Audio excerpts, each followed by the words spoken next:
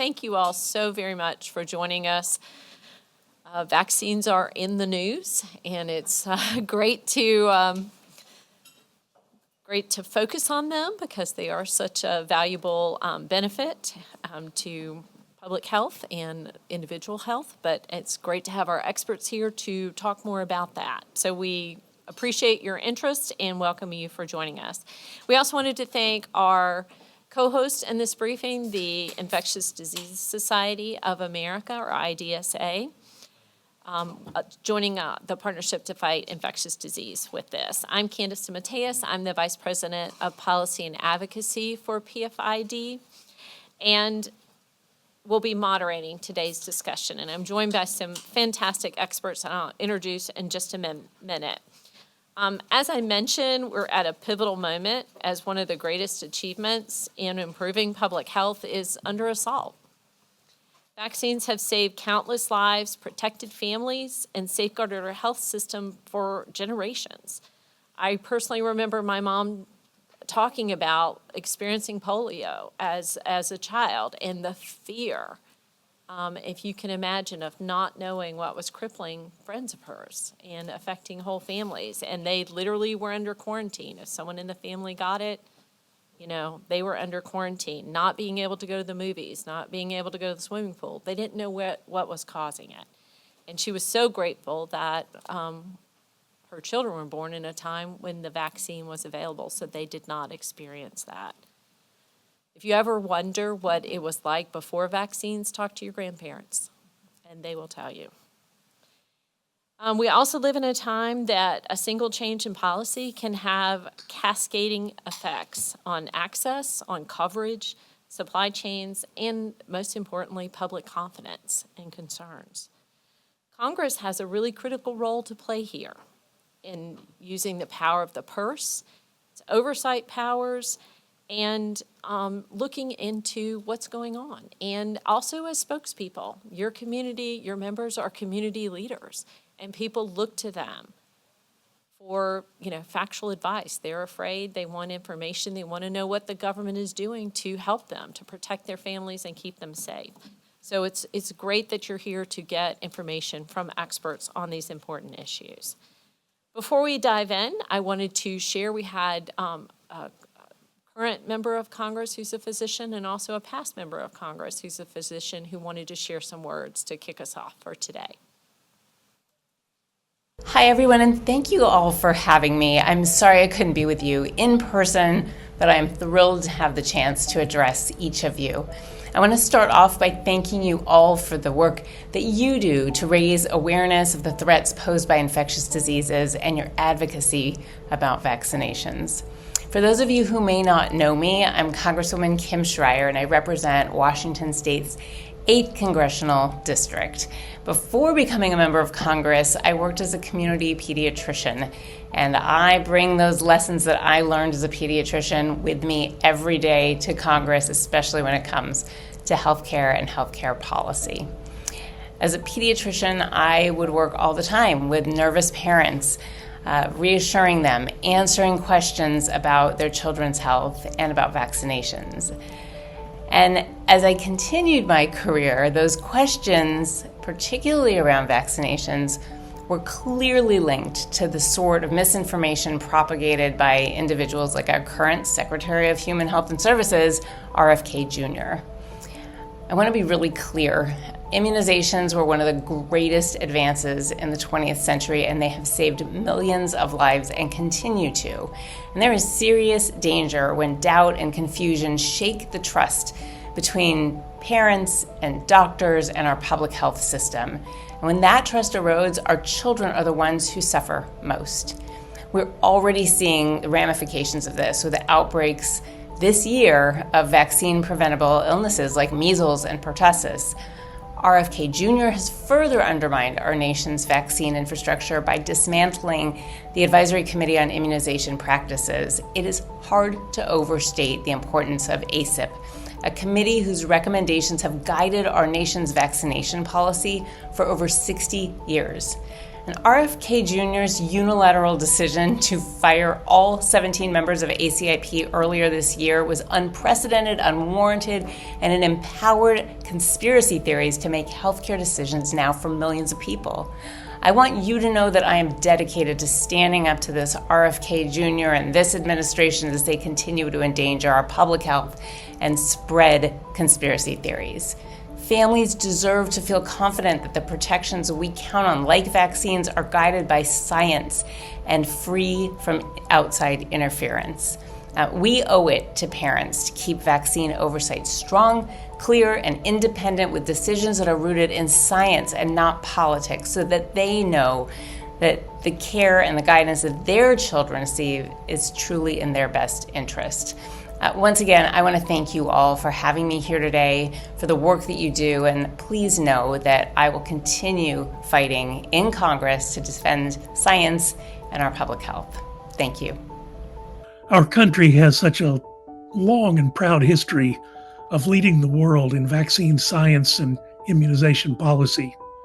That leadership is built not just on the remarkable science behind the vaccines, but on the trusted framework that evaluates evidence, weighs the risks and benefits, and provides guidance to families and physicians. When those processes lose transparency or independence, confidence falters. And without confidence, even the best vaccines cannot do their job. Right now, with measles threatening to return, flu and RSV causing severe illnesses, and whooping cough on the rise, it's essential that our vaccine oversight structures remain strong, that they be reliable and free from political interference. The science is clear. Vaccines against diseases like hepatitis B, measles, mumps, rubella, and RSV are safe, effective, and foundational to protecting public health. Reopening settled questions or weakening established recommendations only creates confusion. This fuels misinformation. Instead, we should be focused on preserving the rigorous, merit-based system that has earned global respect and trust. As doctors, our responsibility is to make certain that every decision about vaccines continues to rest on sound evidence and open discussion, because that's how we protect both the lives and the confidence in our public health system. So with that, I wanted to introduce our panelists and jump right in. We will have time at the end for questions if you have some as well, but I have many, so we're going to go ahead and get started. If you'll just wave, I've got, my list is not exactly in the right order that we're seated anyway. Well, I can do that. Dr. Jesse Goodman is right beside me. He's an infectious disease specialist and director of COMPASS at Georgetown University. He's also a former FDA chief scientist and director of the Center for Biologics Evaluation and Research, or CBER. And as I understand it, CBER is responsible for reviewing and declining or approving vaccine applications. Is that right? That is Great. correct. Beside him is IDSA President Dr. Tina Tan, who also works as a pediatric infectious disease physician at Northwestern University. So dual hats there. Thank you so much for joining us. Beside her is Zachary Yasich, who is the President and Executive Director of Elena's Foundation, which he founded in memory of his daughter Elena, who died from influenza at 5.5 years old. And he's channeled that loss into protecting other people's children. So we so appreciate you being here, Zach. And beside Zach is Francesca Testa and Casey Milan. They are with the American Society for Meningitis Prevention. They are advocates for the organization who are here to share their personal experiences after contracting meningitis as high schoolers before a specific vaccine was available to protect people against this devastating illness. Thank you all so very much for joining us. And we want to, again, give time at the end for your questions, or at the end of the event, please feel free to come and talk to our experts as well. Dr. Tan, I want to start with you as a pediatrician. I'm curious how your practice has changed over time, particularly recently, in terms of fellow clinicians as well, who I'm sure come to you as an expert in infectious diseases, and then also with parents, and then also in light of very recent events with the ACEP and then the press conference yesterday, how do you anticipate that may change? So this is a very chaotic time. There has been definitely more confusion and concern among parents as well as practitioners across the country. And there is so much misinformation that is out there, especially on social media, but also being released by HHS, by CDC, and by ACIP.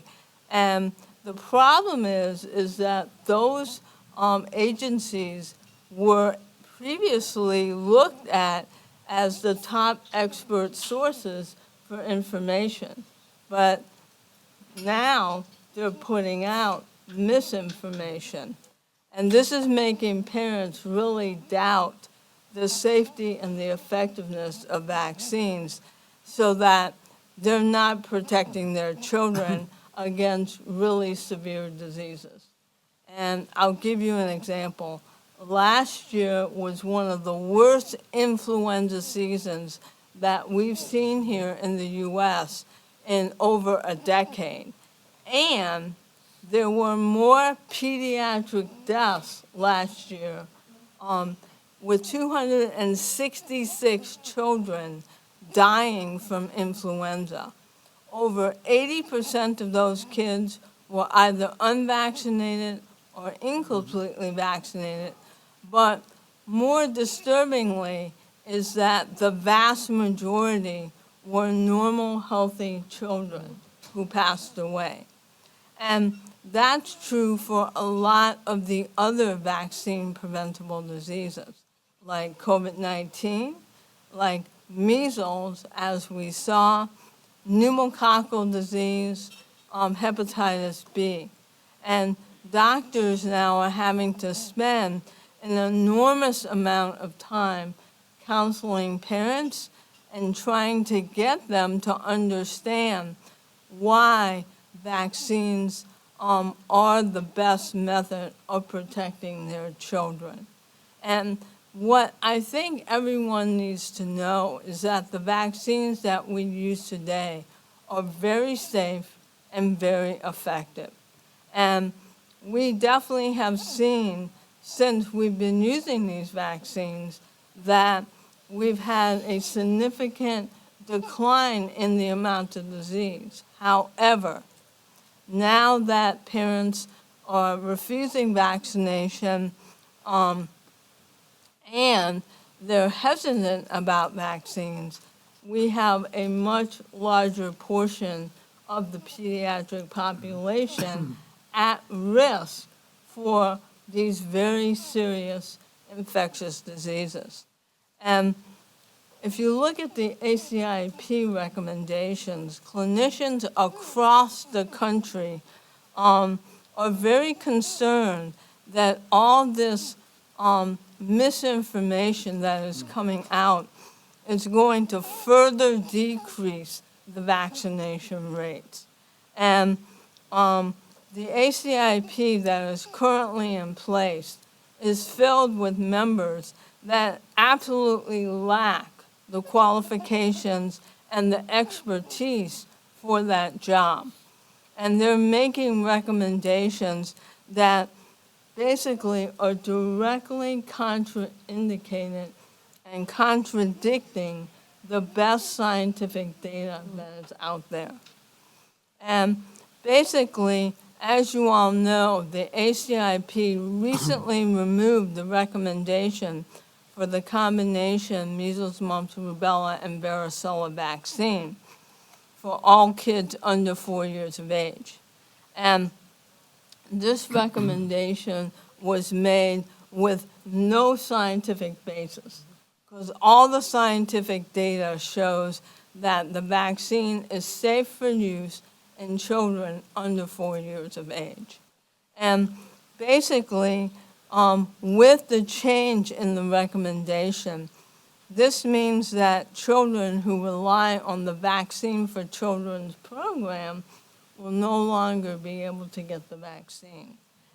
And it is also likely that people on Medicaid and CHIP will not be able to assess the vaccine, which is a major, major problem. And private insurers will no longer be required to pay for the vaccine, even though they may choose to do so. And as I said, these decisions were made with no scientific basis. And basically, there are many medical societies that have submitted comments to the ACIP about all these things and submitted scientific data to prove why the recommendation is not valid, and they were completely ignored. The other thing is that this is taking away choice from parents, because now kids need to receive 2 separate vaccines, MMR and varicella. And a lot of times that's going to require 2 separate doctor's appointments. And this is going to lead to missed opportunities to vaccinate or very delayed opportunities to vaccinate. And that's a problem. The other thing is that there could be a supply issue, because if physicians now are carrying the combination vaccine and they need to carry the separate vaccines, they're going to have to order the separate vaccines, and that can further delay vaccination of the children.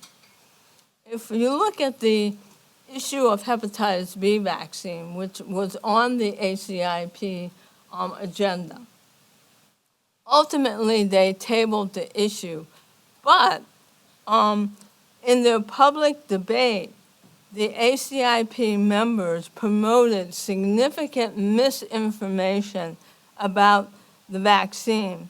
And this is going to contribute to further confusion, not only among practitioners, but among parents, and may result in more vaccine refusal. And this basically puts infants and children at much higher risk.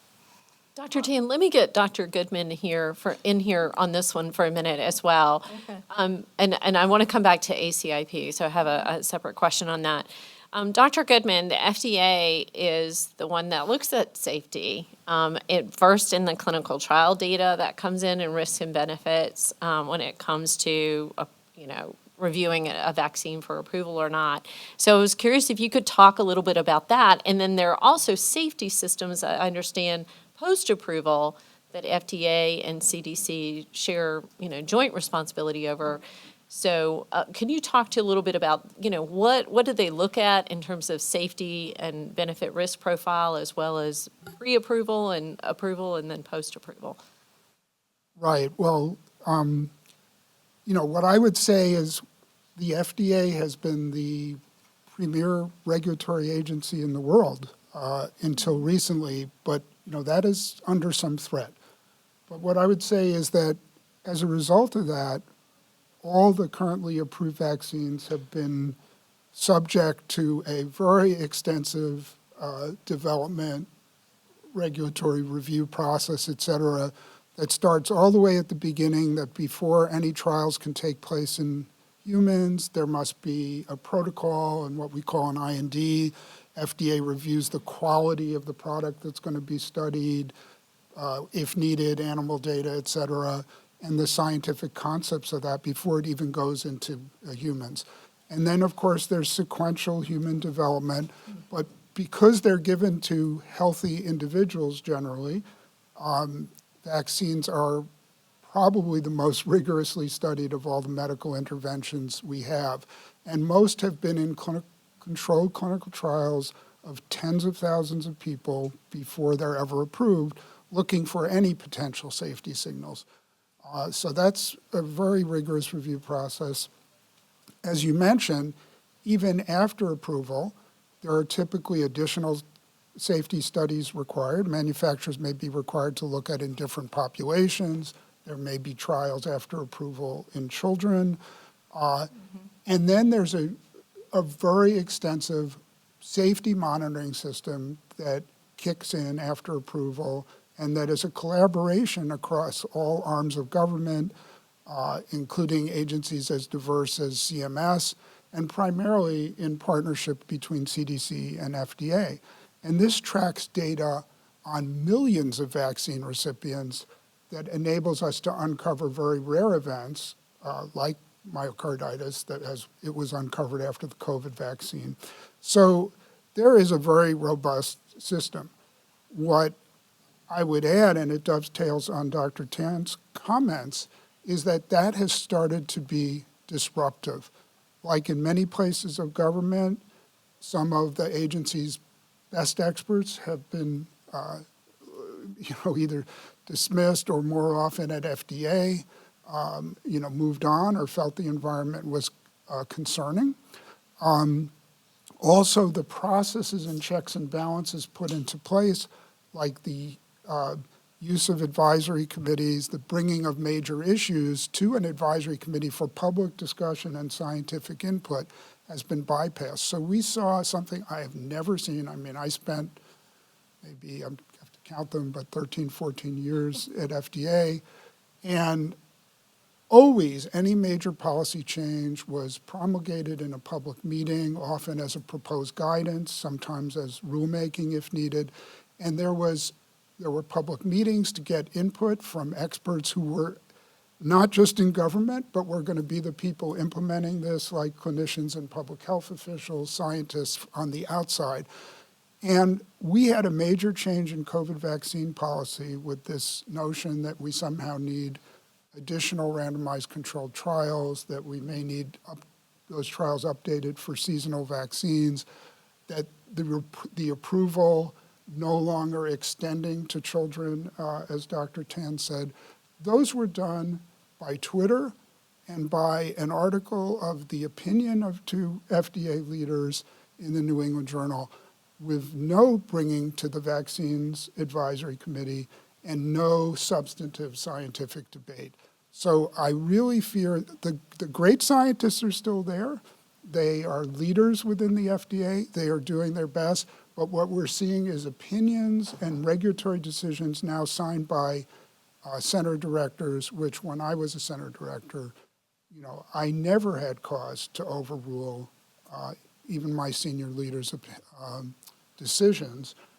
What I did do is I might not always agree with every nuance, and that would be a discussion until we reached a scientific consensus, and that would involve public input where we knew that was important. So I think the public can be very reassured by the history of FDA and what it's done, but I fear that in a more subtle way, perhaps, than CDC, that's at risk now. And if our FDA starts making bizarre and unprecedented decisions, also, I think groups like the WHO, the European Medicines Agency, are going to look at regulatory decisions at the FDA and begin to question them and question FDA's status as a world leader. And we hear a lot about gold standard, but if there's anything in FDA, in government that's been a gold standard, it's FDA as a regulatory agency. And I really would not like to see that undermined. That's scary. Casey and Francesca, one other thing that vaccine critics do is downplay the risks of disease. And they may even look at the two of you and say, well, you survived. So, and as Dr. Tan said, sometimes they say, well, those people weren't healthy. It's hard. The secretary's been quoted as saying it's hard for an infectious disease to kill an otherwise healthy child. So I'm just curious, Casey, do you want to start about, what was your experience, and would you going back go through meningitis, or would you have gotten a vaccine had it been available? I'm just curious about that. Yeah. So the thing about meningitis is it's very fast moving and it's often misdiagnosed. and it affects entire populations. My whole community was affected by my diagnosis. So at age 17, I was a senior in high school, co-captain of my tennis team, and excited to head off to college. But just a few weeks ahead of graduation, I contracted serogroup B meningitis. I woke up suddenly with a fever one night, and it grew worse into the morning. After a speckled rash appeared on my hands and feet, I went into the ER, where I was misdiagnosed with hand, foot, and mouth disease and sent home. Meningitis symptoms are commonly misdiagnosed. The next morning, I woke up with an excruciating headache. It was more pain than I had ever felt up until that point and since then. I went to my primary care physician, who immediately called for an ambulance. I woke up in the hospital 5 days later and was told I had bacterial meningitis. The recovery was a struggle. It impacted my whole community, and it was a long time before I began to feel like myself again. I missed out on many of the experiences my peers were having at the time: AP testing, senior week, graduation parties. I had issues completing coursework and was eventually prescribed medication to help cope with memory and concentration issues from severe brain swelling and scarring. I didn't know meningitis would affect me for the rest of my life. However, I'm thankful to be here today and saddened that many others aren't as lucky. I had received a vaccination for the A, C, W, and Y strains of meningitis, but the serogroup B vaccine wasn't available to me at the time. Now it is. So now I would urge everyone to get vaccinated for the A, C, W, and Y strains and the serogroup B vaccine. It was really rough, guys. I wouldn't mess with it, and I would, make sure all of my loved ones are covered and protected with vaccines. How about you, Francesca?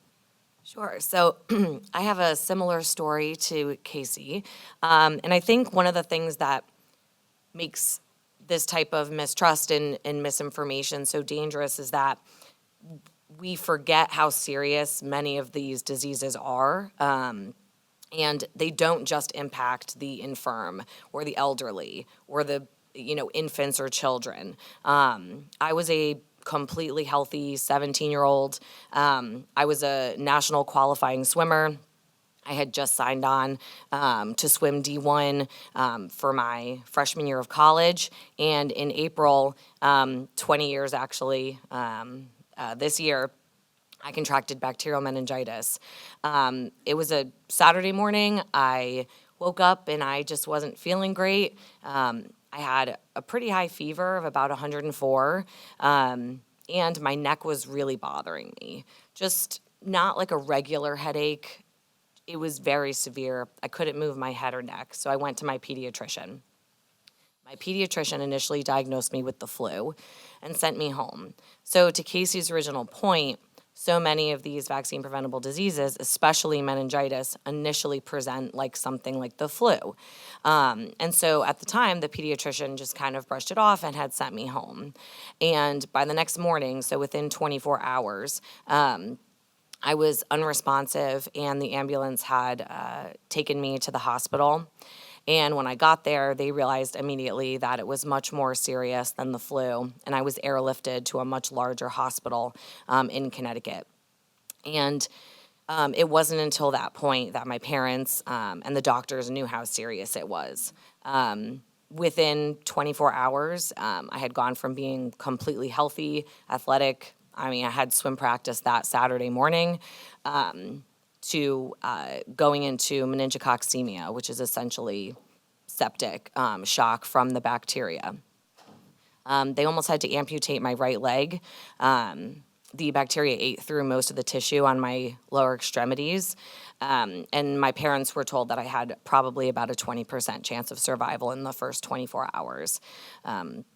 And so I was in a coma for about 2 weeks. So I woke up about 2 weeks later, and thankful for the physicians at Yale New Haven Hospital in Connecticut. They were able to recognize it quickly. And I think that's something that's really important. I was not vaccinated for any of the strains at that time. So I don't want to age myself, but the vaccine for the ACWY had only recently received CDC approval, full approval at that time as a Schedule A recommendation. So I didn't have it yet. I was going to get it before I went to college as part of my college physical. So I was about 3 months shy of having received the men ACWY vaccine when I contracted bacterial meningitis. So for me, it was a really life-changing experience. I had to learn how to walk again. I wasn't able to swim for D1 school. Basically, my whole life trajectory at that point had turned upside down in less than 24 hours, but also my family's and also our community. And I think that's what we forget, is that the diseases do have faces. They do happen to people. They do happen to people who are completely healthy. And so to answer your original question, I don't know that I can go back now and say, well, I wish I was vaccinated so this never happened to me, because I've gotten an opportunity and I've been very lucky to have survived. I do live with long-term hearing and vision loss, as well as some cognitive delays. But for the most part, I'm here when others are not.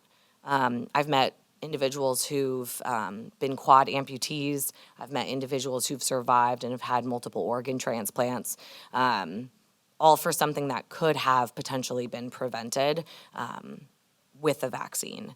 And so, of course, if I could go back, health-wise, I would have loved to have the vaccine and not have this happen. But in the same respect, I've been able to share my story, and I think that's something that's really important. And as we all work together and try to combat misinformation, is being able to put faces to experiences that that are real and have happened. And if we can help prevent anyone or any other families having to go through that same thing, I think that's one of the most important things that we can do. And thank you both for emphasizing that it's not just the immediate illness, but there are long-term effects from these infectious illnesses as well. Dr. Tan, you wanted to mention something. I want to Yeah, Zach I thank into you this for too. your stories. I mean, I think that really emphasizes the point that the vast majority of cases of these vaccine-preventable diseases occur in normal, healthy individuals. And all these diseases that we have safe and effective vaccines for basically can become extraordinarily serious, as you heard from them. But if you look at the measles outbreaks, we know that about a quarter of individuals, most of them normal, healthy individuals that were unvaccinated, end up in the hospital. If people say, oh, with chickenpox, not a problem. They used to have these chickenpox parties to get their kids infected. But the problem is that if you get chickenpox, later on in life, you can get shingles, and that can really have a major effect on you. But if you get an acute infection and you get the lesions infected with skin flora, such as group A strep or Staph aureus, you can end up with necrotizing fasciitis. And that, in those cases, people will have very large portions of their body where this occurs just taken off. They also can have amputations. They can have a number of other things. So these are not benign diseases. Everything that we vaccinate against basically is a serious disease, and vaccines are the best way to prevent that from happening. And, if you look at something like hepatitis B, and they're talking about, oh, don't give the vaccine to people. Hepatitis B can cause serious liver disease and liver cancer. It is an anti-cancer vaccine. So all this misinformation that is coming out from the current ACIP is really putting all of us in America at significant risk, and that's a major problem. Yeah, I want to get Zach into the conversation, then I kind of come back to you. Yeah. So Zach, Dr. Tan was talking about how severe a flu season we just had last year and lost many Too many children. But the flu is something, and the flu vaccine, I think, is one that a lot of people blow off. A lot of older people maybe think about it, and, you know, there's a lot of, you know, risk, and now there's an even stronger vaccine for people over a certain age. But the young are also very vulnerable. I mean, everybody really is vulnerable. Can you share more experience from you, your perspective and your work in terms of what an erosion of recommendations may mean to people who don't, you know, especially for children, for influenza and other vaccines, what that might mean? Sure. Yes. Well, my daughter, I lost my daughter to the flu when she was 5.5 years old. So this was in 2003. She was a perfectly healthy child. She had no underlying conditions. She was not vaccinated from the flu.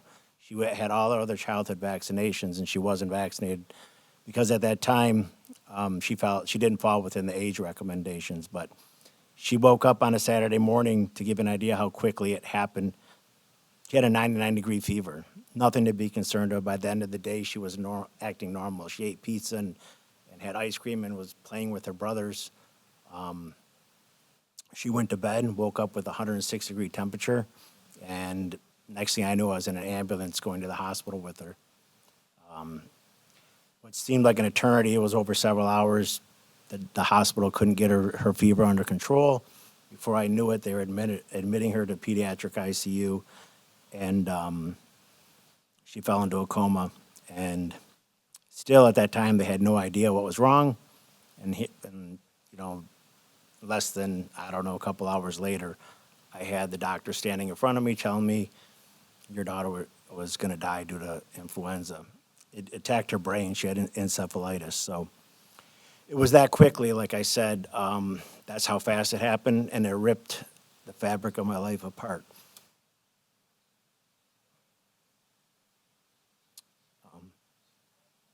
As well as our community.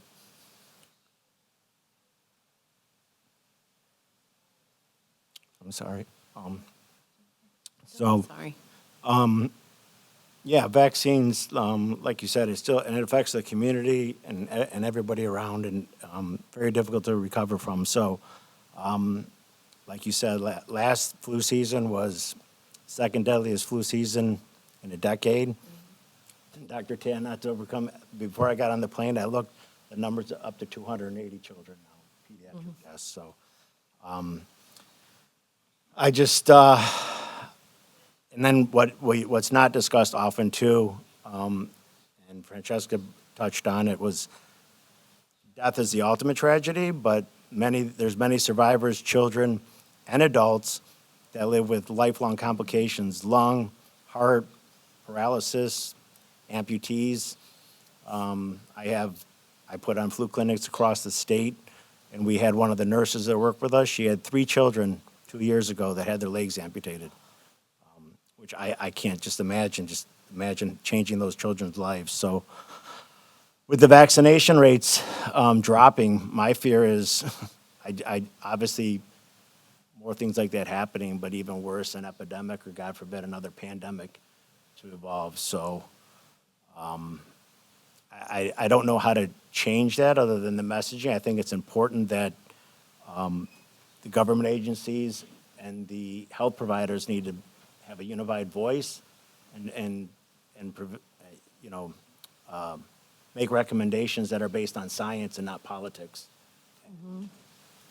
And hopefully to, you know, build the public trust again, because like you said, Dr. Kim, I mean, FDA, the CD, these are gold standard at one time. I think they still are, but I mean, everybody looked at them as that was the gold standard. Now, with what's going on, there's confusion and there's doubt, and it's creating this vaccine hesitation. So, Well, pediatrics is more unique in that adults have to advocate for infants and children in order to protect them. Because infants and children can't advocate for themselves to get a vaccine. And basically, we know that the vaccines are the best way to protect them. So we have to be strong advocates for the pediatric population to get vaccinated. Dr. Goodman, you wanted to add something? Well, Zach brought up a really important issue, and first of all, I'd like to thank all you guys for the courage and, to come talk about something that's very personal and hard. But you brought up, one of the things I was just horrified by was at one of the ACIP meetings, one of the members said, well, only 200 and something people died of flu last year. And,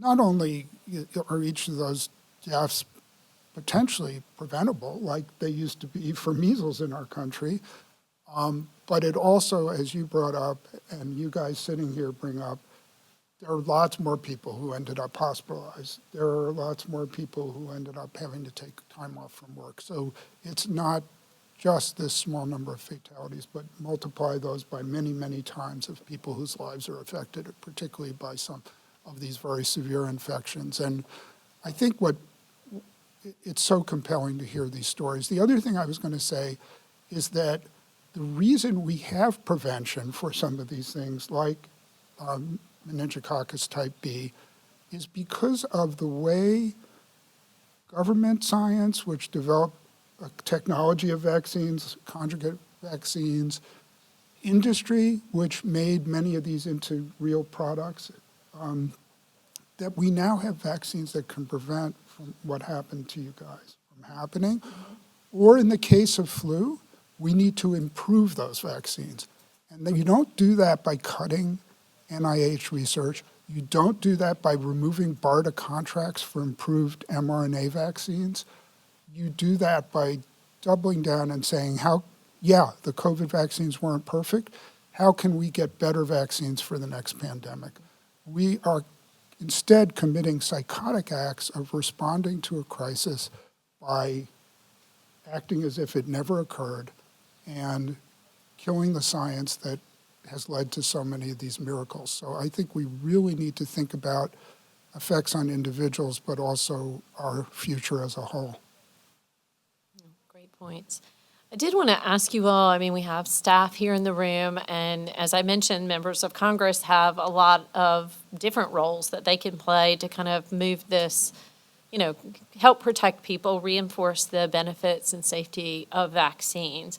So do you want to start, Dr. Goodman? I was going to say, what are some, from your vantage point, what are some urgent things that Congress could do, or what are some things that they could start doing today to help people stay safe? And making America healthy is a big theme in D.C. right now. Mm-hmm. But it seems like it's hard to do if we have more and more vaccine-preventable diseases happening because of drops in vaccination rates. And I let Dr. Tan start. You want to start, Dr. Tan? Well, I think we all need to be strong advocates and find ways to do what's best for our patients, regardless of what the current ACIP recommendations are saying, because they're not scientifically based and they absolutely do not take any of our health into consideration. So, Dr. Tan, where can people go? Like, they all have constituents who may call them and say, I don't even know where to go. Where can they go for credible information?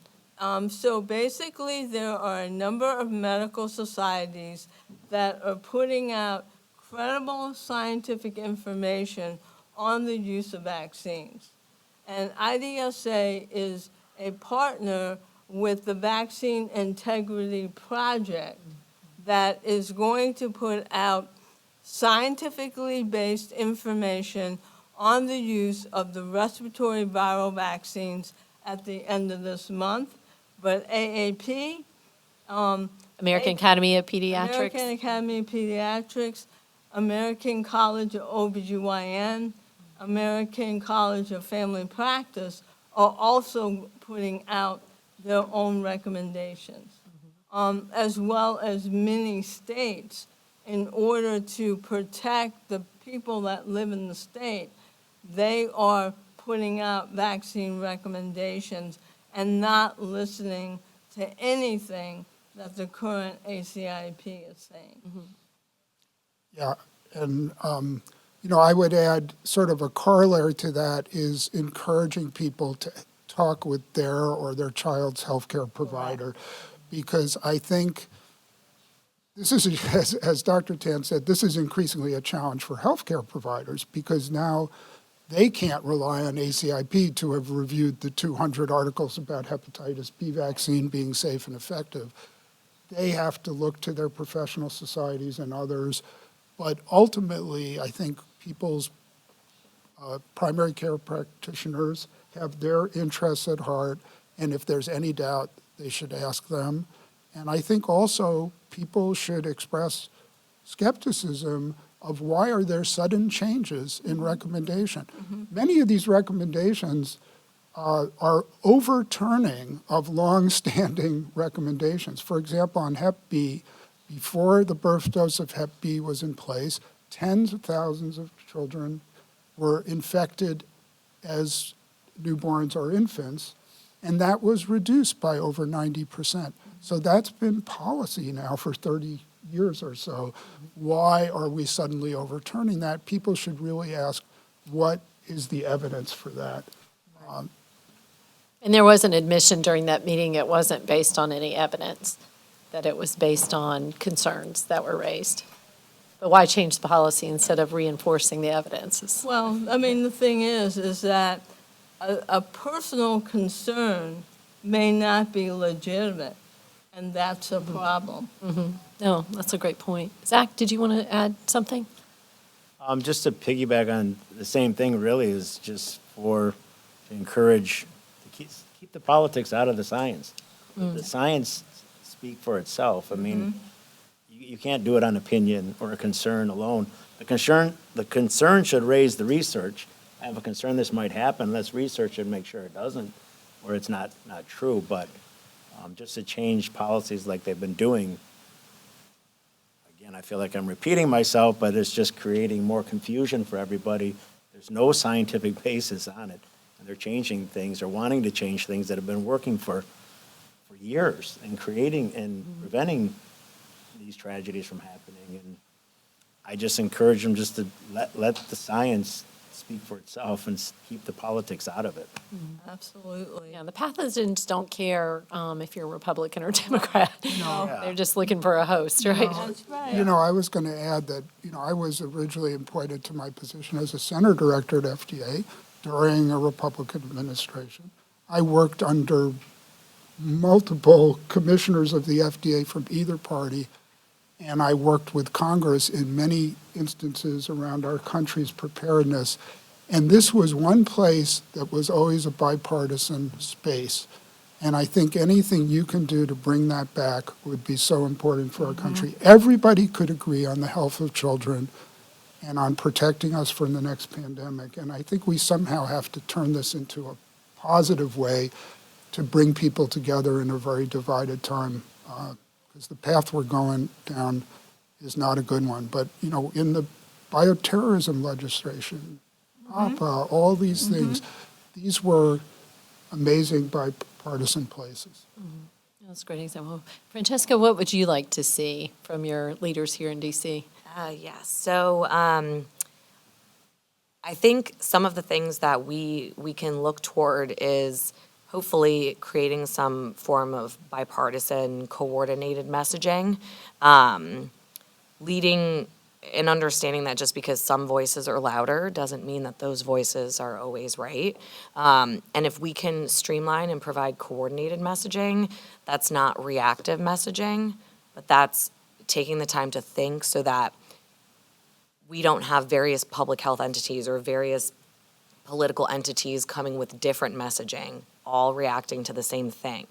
And I think one of the reasons that, well, I know that we're here, but having worked in the advocacy space for quite a few years, is that we are also here to work with and, assist and talk and challenge and in whatever ways may be helpful or appropriate. And whether it's my own congressional district or whether it's another congressional district, we don't just work in, for example, I don't just work in the meningitis space. We've partnered with the March of Dimes, for example. We all have the same goals. And I think leveraging advocates, whether it's in your exact community or not, using that messaging and kind of being able to come together across platforms will hopefully make this a less politically divided message, and put a name or a face to something that's real. Casey? Yeah, I think Francesca summed up the majority of it, but clear and consistent messaging to help reduce hesitancy and fear and, helping humanize the experience beyond just the numbers. And everybody in this room can be an advocate. I think when you look at what Congress needs to do, I can tell you that IDSA has led nearly 50 organizations in calling for the resignation of Secretary Kennedy. He has a complete disregard for science and the health of the American people, and that makes him absolutely unfit and downright dangerous to stay in his position. And we are really hoping that more senators and representatives will join IDSA and these other organizations in this effort. I'd like to open up to the audience. If you have any questions, I have some that I can add in as well. Yes, ma'am. Washington publishers. So what is it? It seems like Secretary Kennedy has a strong Baja base, right? And people are really convinced by what he is saying. So and then we do our job. We say, okay, this is what the science says, or a preprint. This is Secretary Kennedy maybe saying this from a preprint study.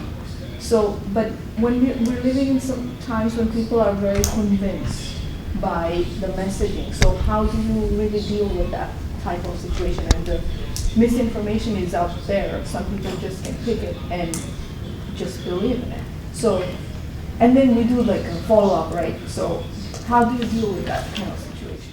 So the question is, I'm just repeating for the video, and I'm going to paraphrase here, so make sure I'm being honest to your question, is that that some vaccine misinformation or disinformation is more the false information, right? Is kind of cherry picking studies, or hey, this is a preprint, and then it takes off, and you've got it from authority figures now coming out, and that makes it even harder. So how do you really combat that? And it's a real challenge. It's a major challenge, but I think the problem is you have non-scientific anti-vax people that are putting out misinformation, and it is our job to inform the public of the true information about the vaccines and the disease. When you say our, who do you mean? Everyone, but especially the medical community. We need to basically get the true information out there. How about from an advocate perspective? What role do you think advocates have, and people who've experienced these diseases or lost from these diseases? What role do you have there? I mean, I hope that we would have a strong role, but I think, and one of the challenges that I've seen is that, right, there's anecdotes on both sides of the fence. It's not my position to question someone's lived experience or their anecdotes, or what they believe. So someone may listen to my story and have their own story. Well, my child has, and I'm only going to use this because this is recently discussed, my child has autism. It only happened after this, or this, or something to that effect. And so I think we try to play in that space, and I think it's about simplifying the message sometimes. I think the average person doesn't know what a meta-analysis is. They don't know what a peer-reviewed study or what the significance of that is. And so a lot of times we try to combat misinformation with more of that complex information. And so from an advocacy perspective, it's about sharing our stories, but also in a way that's hopefully makes people connect to what we're saying and can understand it from a different perspective. Other thoughts, Dr. Goodman, did you? I think you're asking the central question that our whole society is dealing with now, not just about vaccines, but, where is the truth? And one thing I would say is I think it's incumbent on us, again, to follow Dr. Tan, and in this case, the scientific and medical community, the community of patients, the community of public health, who have important knowledge and experience, to reach trusted people. People are not trusting experts, they're not trusting government agencies, and I think all we can do is give the message to people like physicians and other healthcare providers who will talk to patients, ask those individuals, community leaders, et cetera, give them the information they need to make valid recommendations. There's not one easy answer here, and, sort of, we just have to all engage, and I think also be open, not it's my truth versus your truth, but how do I value your truth and at the same time share information that at least you can consider? Because it's and what I would say in my interaction with patients, I don't say to them, you need to get X vaccine. I say, the nursing staff said that you're not interested in this vaccine. Can you explain to me what your concerns are, or do you have questions? And then I try to answer those questions. And I would say 50% of the time, they say, oh, okay, you answered my question, now I can make a different decision. That's very hard. Our healthcare system doesn't reimburse for doing that. And that was one of the parts of ACIP recently that I found ludicrous, the idea that somehow there's now going to be an informed consent process by a physician or something for every. Our healthcare system does not have the time or money to do that, but we should take that on even now we have to. One thing I would just mention as well that you're seeing is that in polling, people trust their personal health care provider. They know them, they know the science, they know the medicine, they know, the person, and they can respond to that. What I find even more troubling, or not even more, but really troubling, is you can't even trust your own doctor. Pediatricians are making millions, and I know pediatricians are like, you've got to be kidding me. I could be a dermatologist and, not be on call and, maybe making $1 million selling Botox, but no slight to dermatologists. But that's also trying to drive a wedge between people and their personal health care provider. And that is extremely dangerous because that's the last bastion, if you will, for valuable information. And that's also deeply concerning. Yep, it's eroding the trust, and that's a major problem. And trying to drive those wedges. Any other questions from the audience? Okay, well, we're right at time, so we're going to wrap up. Please join me in thanking our expert panel here. Thank you all so very much. And if you do have questions and would prefer to ask them one-on-one, I'm hoping they may have a little bit of time, so please feel free to come up. But thank you all for joining us.